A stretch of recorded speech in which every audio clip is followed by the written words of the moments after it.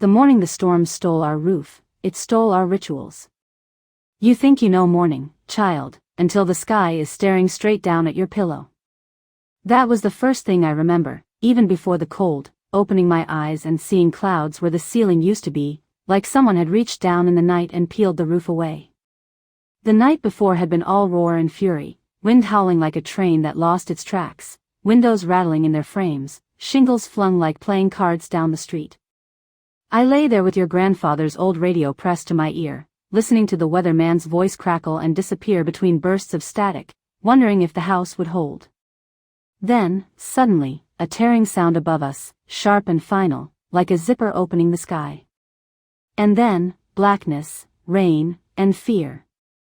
When the storm finally staggered off toward the horizon, it left a silence so loud it hurt. No refrigerator hum. No heater ticking. No coffee pot gurgling in the kitchen. Just the drip-drip of water from somewhere inside the walls, and the far-off cry of a siren that never seemed to get any closer. Have you ever heard your own house breathing, after disaster? It's an awful, hollow sound.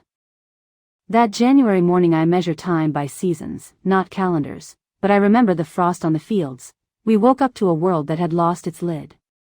Our street, which usually smelled like toasted bread and car exhaust by 7, smelled instead of wet wood, broken plaster, and that sharp, metallic scent that comes when wires are snapped and hanging. People stepped out of their doorways, looked up at their open roofs, and didn't know whether to laugh or cry. Before the storm, my mornings were small and stubbornly ordinary. The old kettle whistling on the stove at 6 sharp. The glow of my phone screen on the kitchen table while I waited for the coffee to drip through, reading headlines I'd forget 5 minutes later. Sunlight slipping in around the edges of the curtains, falling in a familiar stripe across the same crack in the linoleum. Your mother dropping by before her shift, grabbing a piece of toast and leaving crumbs like a trail across the counter. That was our comfort, the same, now picture this instead, no curtains, because the wall that held them was gone. The table pushed to the side so the mattress could be underneath the least damaged corner of the ceiling. My phone a useless brick, its battery long dead, lying face down in a puddle from the rain that had come straight in during the night. The kettle still on the stove, but the gas line shut off and the stove cold as stone. I stood there barefoot on scattered plaster, looking at that kettle like it was a photograph of my old life. Your Uncle Daniel wandered in from what used to be the living room, his hair sticking up in soggy spikes. Coffee? He asked out of habit, then caught himself, looking up at the jagged mouth of sky where half our roof used to keep the weather out. The question died on his tongue, and for a moment he just stood there, shoulders sagging, like he'd aged 10 years while he slept. Funny how you can lose a roof and, with it, every small script you never knew you'd memorize. Across the street, Miss Eleanor was standing in her kitchen, still wearing her floral robe, her hands empty and useless at her sides. Her ceiling was open too, her cabinets hanging at odd angles, the morning light too bright and too harsh on everything that had once felt cozy. She kept opening and closing her fingers like she should be holding a mug, but there was nothing to hold. I watched her from our broken doorway, and she watched me, and we both knew we were seeing each other fully, for the first time. Do you know what it's like to start a day with no idea how to start the day? We're such creatures of habit. My body walked me toward the sink to wash my face, then stopped short when nothing came from the faucet. The pipes were still, the water tower crippled, the whole town suddenly dry even as puddles shimmered in the potholes outside. My hand reached for the light switch, and of course nothing happened. But my thumb pressed it 3 more times anyway, as if stubbornness might bring back the electricity. The neighborhood was a dazed parade. Mr. Ortiz shuffled past in his slippers, a grocery bag over his head like a thin, ridiculous hat, trying to protect himself from the drizzle that still fell directly into his kitchen. Little Maya clung to her father's leg, staring at her blown-out bedroom wall where her cartoon posters fluttered, half-torn, in the wind. Somewhere a dog barked and then whimpered, as if the echoes sounded wrong without the usual houses to bounce off. The sky felt too big, too close, like it might fall in on us at any moment. I remember thinking, in that first hour, how do we even begin a morning like this? How do you wash your face, eat breakfast, fold the edges of a day into something that makes sense? when the world has no edges anymore. We found out, of course. But not all at once. That first day, we tried to pretend. Habit is a stubborn beast. I filled a plastic basin with the last lukewarm water from the bathtub, whatever had been sitting in the pipes when the power went. I set it on the counter where my coffee maker used to live and splashed my face with water that smelled faintly of rust. Your Uncle Daniel brushed his teeth over the same basin, spitting like it was a camping trip and not the start of a new life. We laughed, a thin, brittle laugh, because what else was there to do? By the second morning, the laughter was gone. We woke up shivering, without a roof, the night came all the way in, and the cold settled in our bones. The mattress we dragged under the stump of ceiling was damp at the edges. I could hear the neighbors shifting, coughing, murmuring through the broken walls, the whole block suddenly sharing one long, sleepless bed. When the sky started to pale, it wasn't the cozy, curtain-filtered light I was used to. It was raw, wide-open morning, indifferent and bright. Your mother sat up, wrapped in your old baby blanket we dug out of a dry box. She looked toward the kitchen, then toward me. "Do we still make breakfast?" she asked, like it was a question of morality now. "How do you eat when the refrigerator is warm, the eggs cracked from crashing to the floor in the night, and the bread is streaked with damp?" We gathered what we could.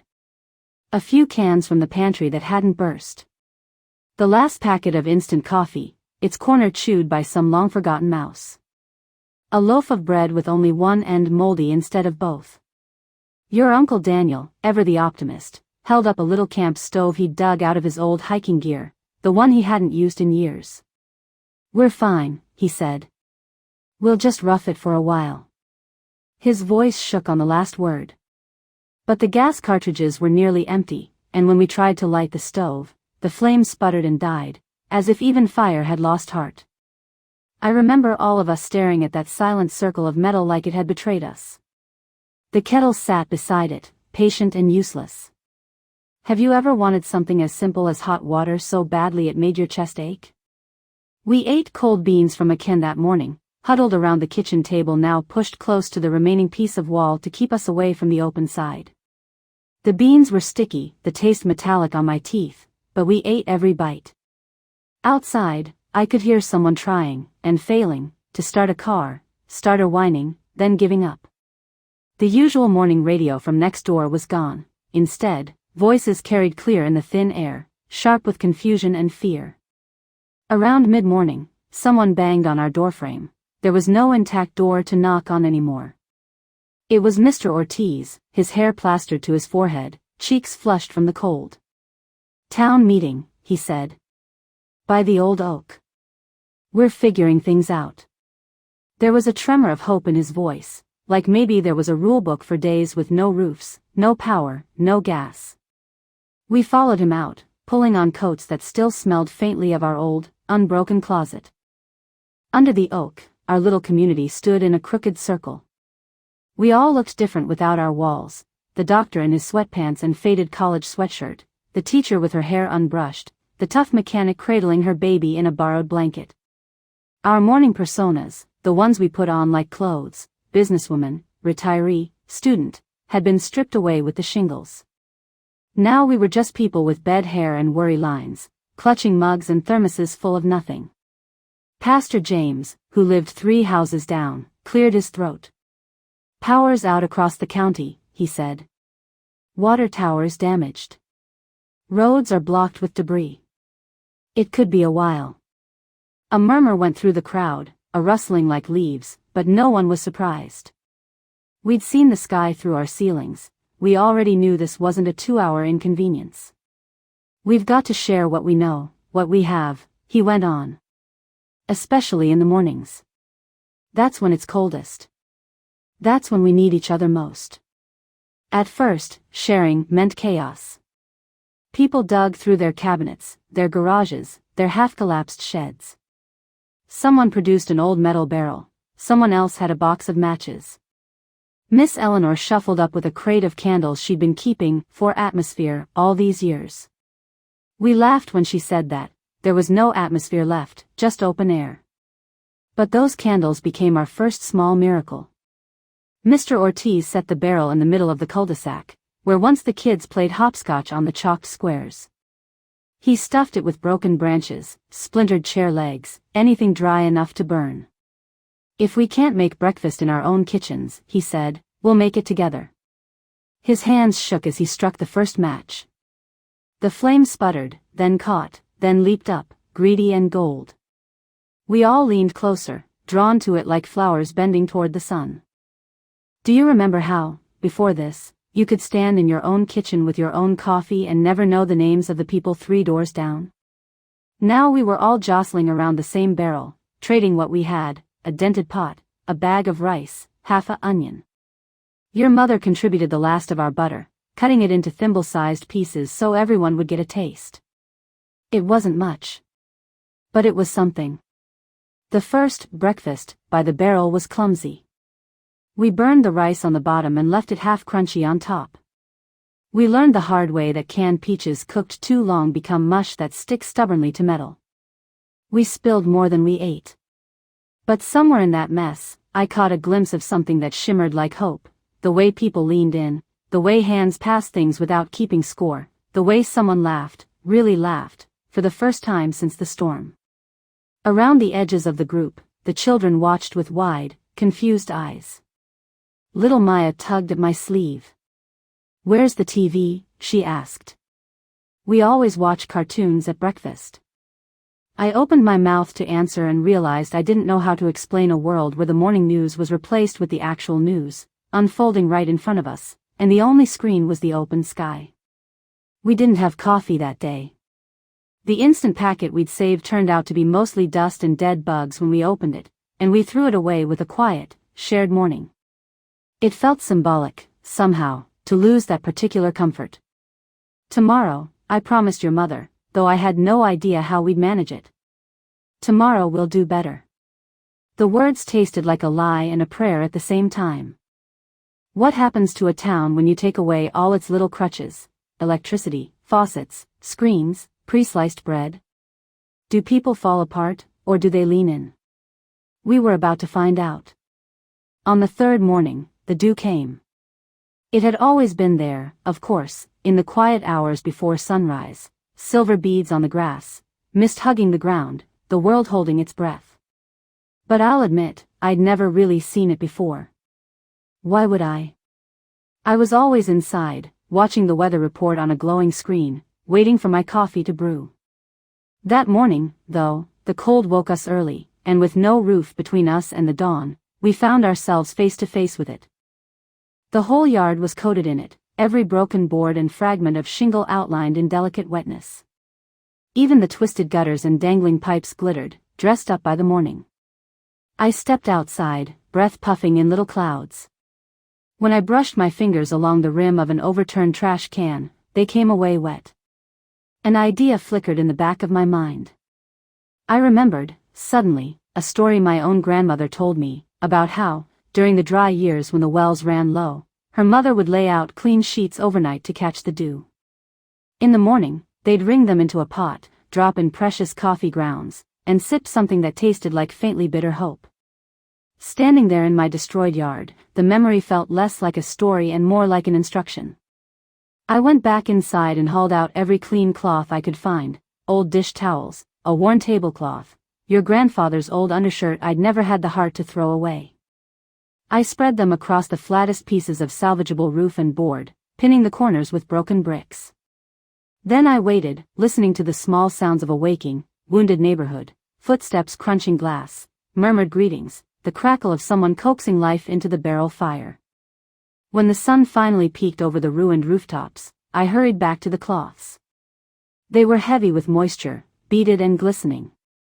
My fingers were clumsy with cold as I gathered them up, twisting them over a pot we'd rescued from under a cabinet. Clear drops fell in a slow, miraculous stream. It wasn't much, but by the time I was done, the bottom of the pot was shimmering with a thin puddle of water. "Mom," your mother called from the doorway. "What are you doing?" There was a tremor of worry in her voice. Maybe she thought the storm had shaken something loose in my mind. I just smiled and kept wringing, twisting those cloths until my knuckles went white. "Making coffee," I said. Or something like it. At the barrel, people shifted tiredly, rubbing their hands together, their breath misting in the cold.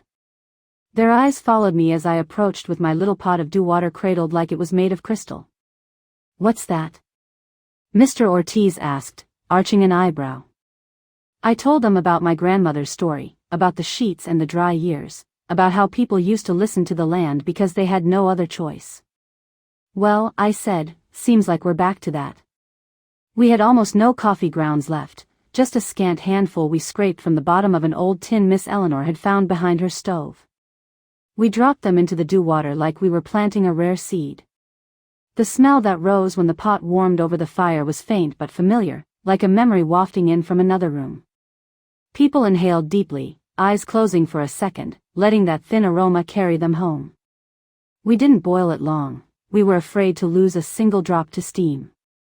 When it was done, we poured the dark, watery liquid into mismatched cups and chipped mugs. No one got more than a few swallows. We passed them around the circle, each person taking one slow sip before handing it off. It was the weakest coffee I've ever tasted. It was also the best. The storm stole our roofs, but it couldn't steal our mornings. Something shifted in us that day. The dew collection became, without anyone officially deciding it, a ritual.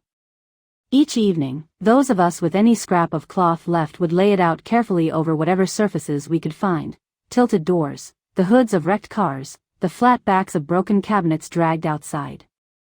Each morning before dawn, a small procession of us would shuffle through the wet grass, quietly wringing those cloths into a shared pot. Have you ever noticed how different the world sounds before everyone wakes up?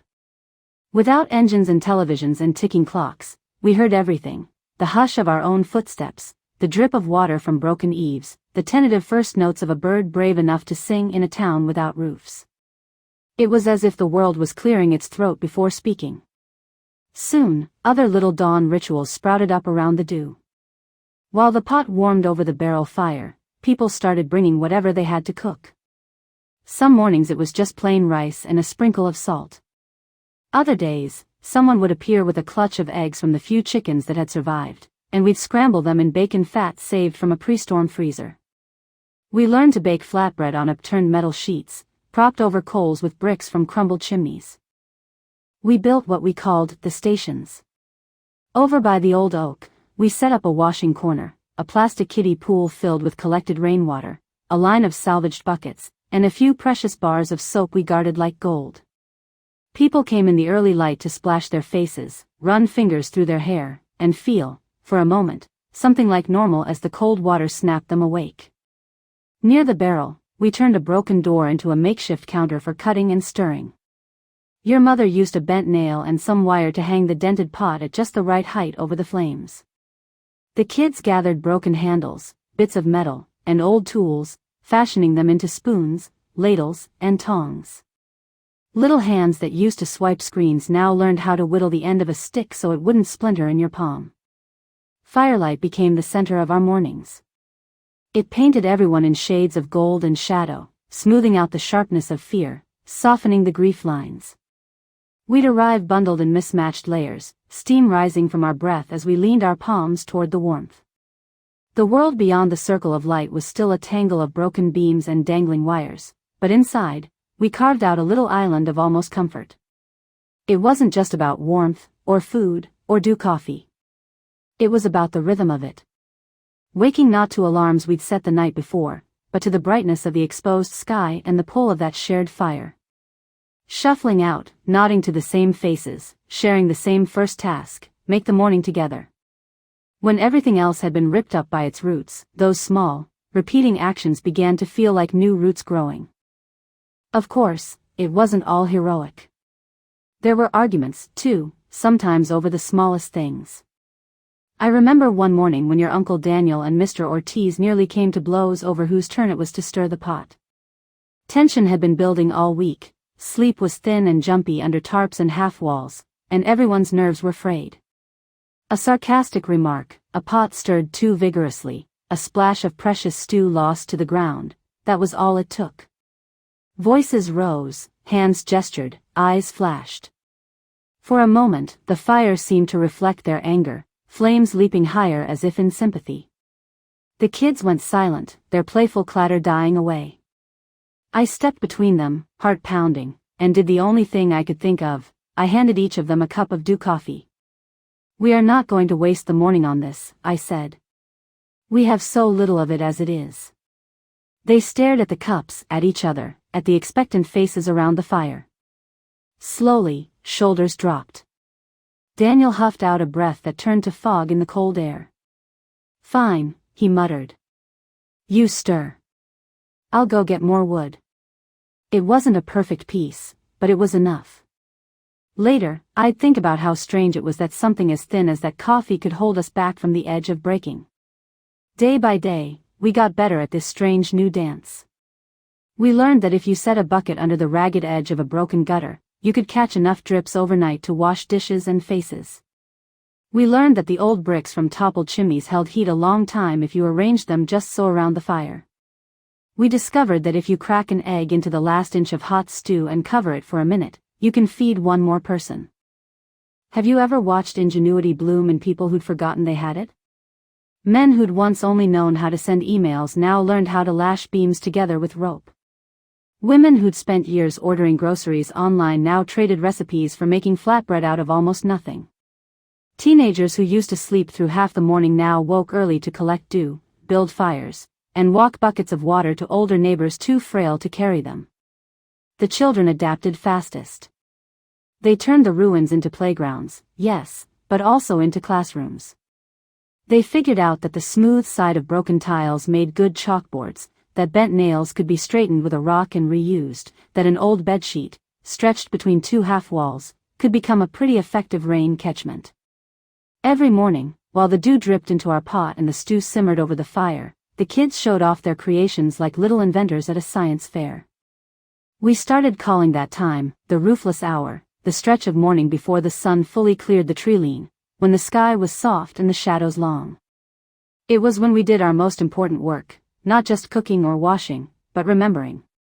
Remembering how to rely on each other.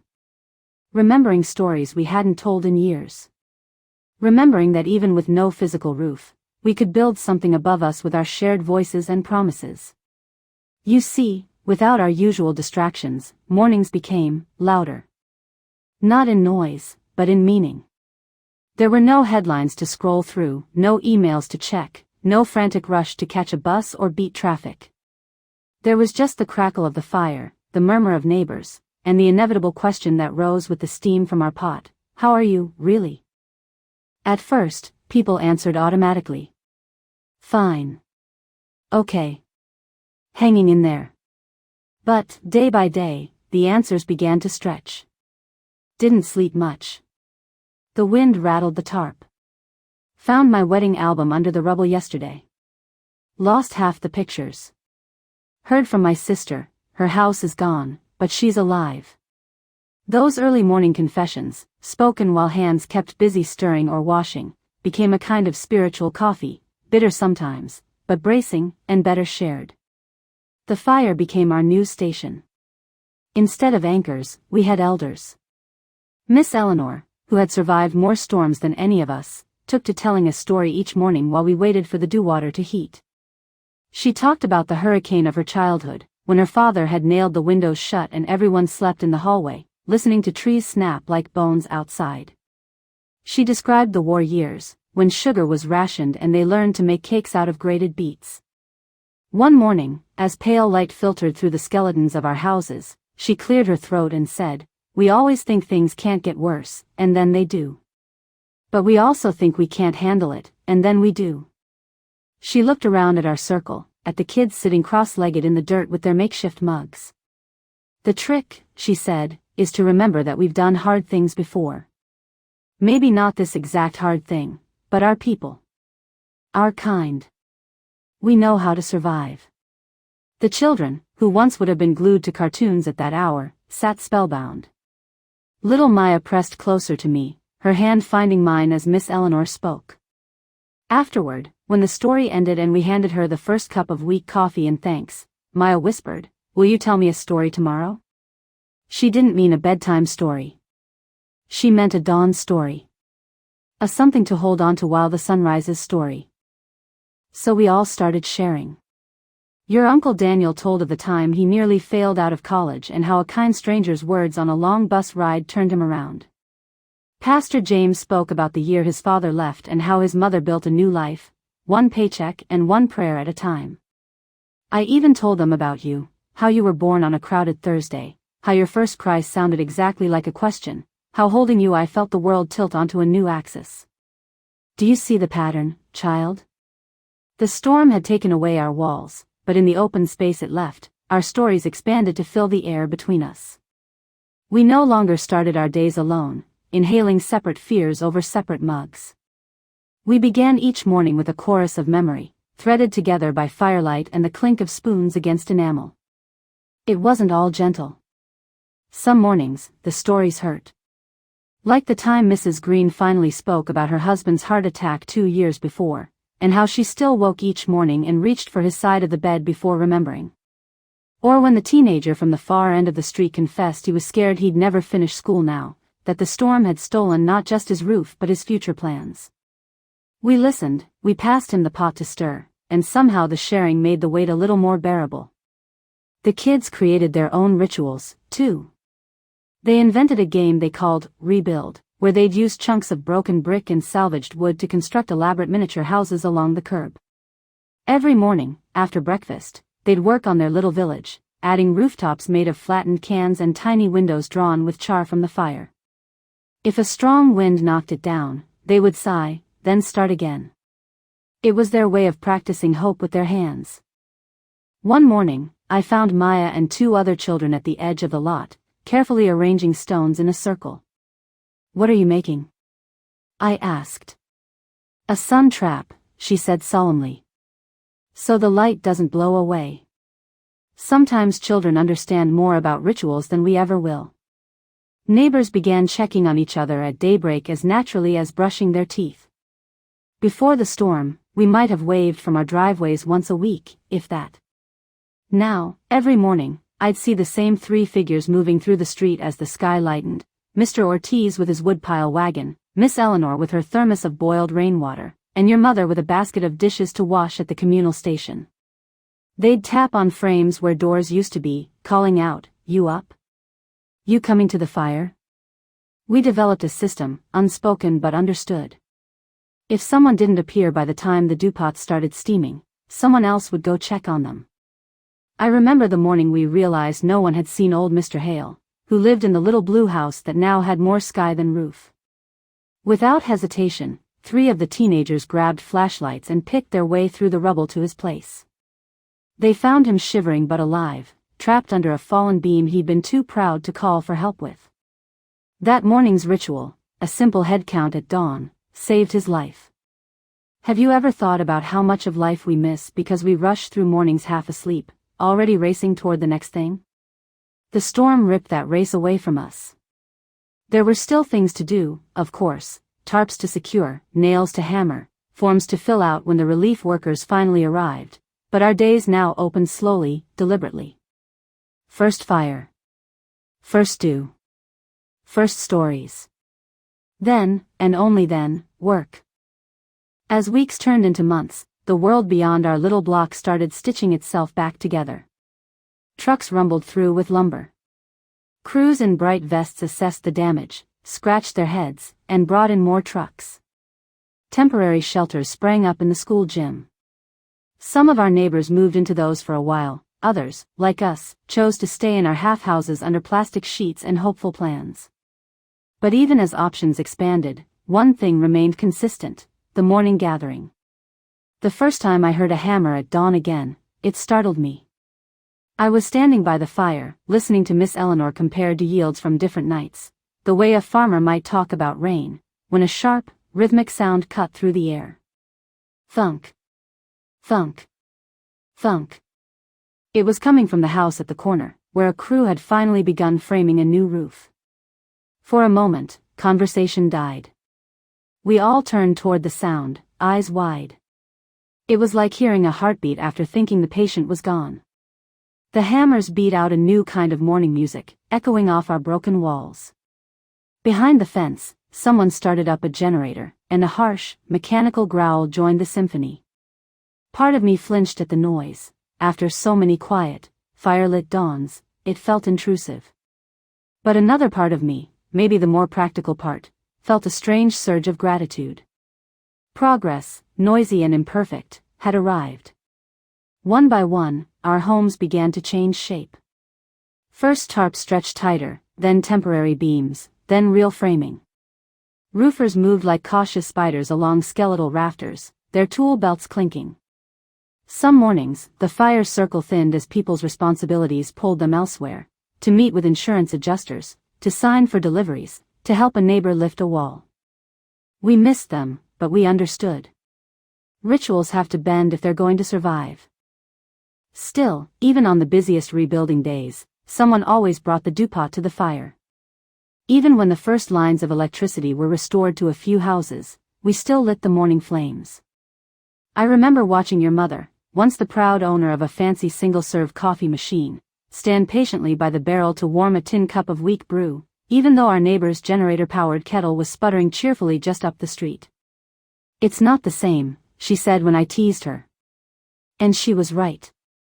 It wasn't just about the caffeine anymore. We had changed, you see. The storm had taken the comfort of automatic mornings and given us something rawer, but also richer. We'd learned the names of the birds that sang at first light. We'd learned whose cough meant they needed a doctor and whose silence meant they needed a friend. We'd learned, painfully and beautifully, that you can build a day not around a to-do list, but around a shared fire and a shared question: what do we need from each other to get through this one?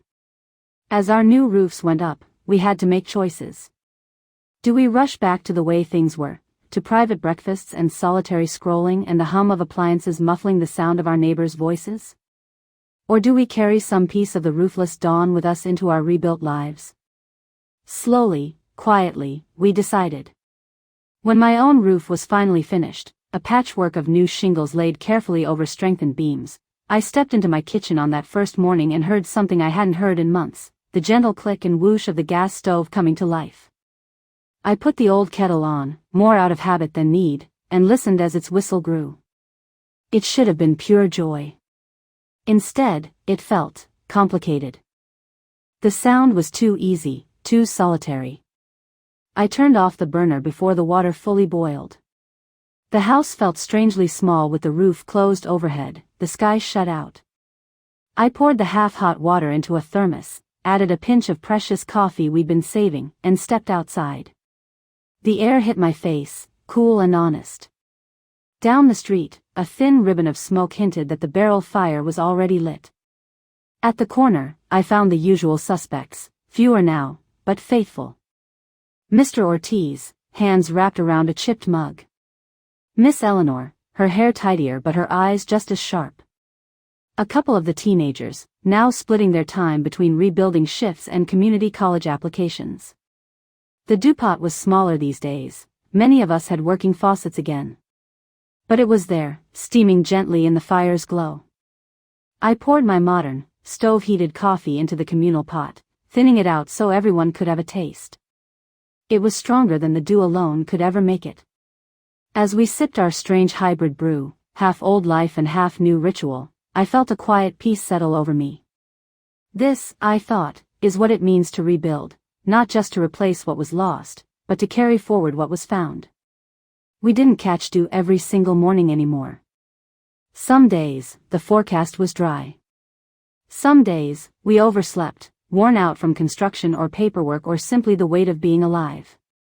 But on certain special mornings, anniversaries of the storm, or the first frost of the year, or for no reason at all, someone would silently lay out the cloths again. And when we saw them glinting silver in the half-light, we'd smile and know, today, we remember.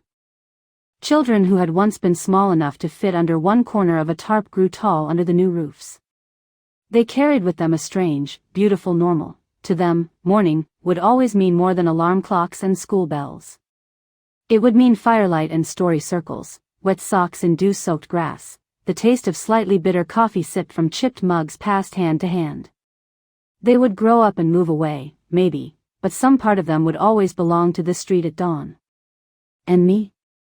Even now, years later, with my ceiling solid and my windows double-paned and my phone once again buzzing with headlines I mostly ignore, I still wake before the sun more often than not. I pad into the kitchen, put the kettle on out of habit, and then, before it boils, I slip outside for a minute. I look up at the roof I thought I'd never see again. I breathe in the morning air, listening for the faint echo of hammers and the remembered crackle of the barrel fire. Sometimes, on particularly clear mornings, I swear I can still smell the dew coffee, thin, earthy, not quite good by any coffee snob standards, but perfect in its own way. I close my eyes and see your mother's tired smile, Daniel's soot-smudged hands, Maya's serious little sun traps lined up along the curb. I hear Miss Eleanor's voice, "We think we can't handle it, and then we do." When the roof vanished, we discovered the sky had been ours all along. So when you ask me, as you did the other day, why I still sometimes drip a little water from the tap into a pot and set it on the stove instead of using the shiny new machine you bought me, this is why. It's not about stubbornness. It's about remembering. Remembering a time when water had to be coaxed from cloth, when warmth had to be shared to exist at all, when mornings were not something we rushed through but something we survived, together. Tell me, child, if a storm came tomorrow and peeled your life back to its bare beams, what rituals would you cling to? Which would you discover, hidden in the quiet between the old and the new? And who would you gather around your fire, to share that first fragile light of day? Because that, in the end, is what the roofless dawn gave us, not just new ways to brew coffee or wash our faces, but a new understanding of morning itself. Morning is not the news you watch or the tasks you tick off a list. Morning is the moment you choose, again and again, to greet the day not alone, but arm in arm with whoever is walking beside you. The storm remade our mornings, it's true. But those mornings, in turn, remade us. We learned to see each other. To need each other. To start every day with a question and a pot and a story, rather than a screen. And though our roofs have long since been rebuilt, though rain no longer falls on our pillows, the rituals we forged in the ruins still glow, steady as an ember, at the heart of every dawn. So tomorrow, when your alarm chirps and your coffee drips and your roof does exactly what roofs are supposed to do, I hope you'll remember this story. Maybe you'll pause for a moment before you scroll. Maybe you'll look out your window at the people who live 3 doors down and wonder what their morning sounds like. Maybe you'll light a candle at breakfast, or step outside to feel the dew on your bare feet, just to remind yourself how fragile and how beautiful the ordinary really is. And if you ever forget, you know where to find me. I'll be here at my little table, under my hard-earned roof, ready to tell you again about the morning the storm stole our rituals, and the many, many mornings since, when we gently, stubbornly, lovingly took them back. If this story stirred something in you, if it made you taste your own mornings a little differently, take a second to tap that like button so more hearts can find their way here to dust of old days. We survive by stories as much as by shelter. And if you want to sit with more tales like this, slow-burning, grandmother-style stories of families, storms, and the quiet courage of ordinary days, go ahead and subscribe to Dust of Old Days.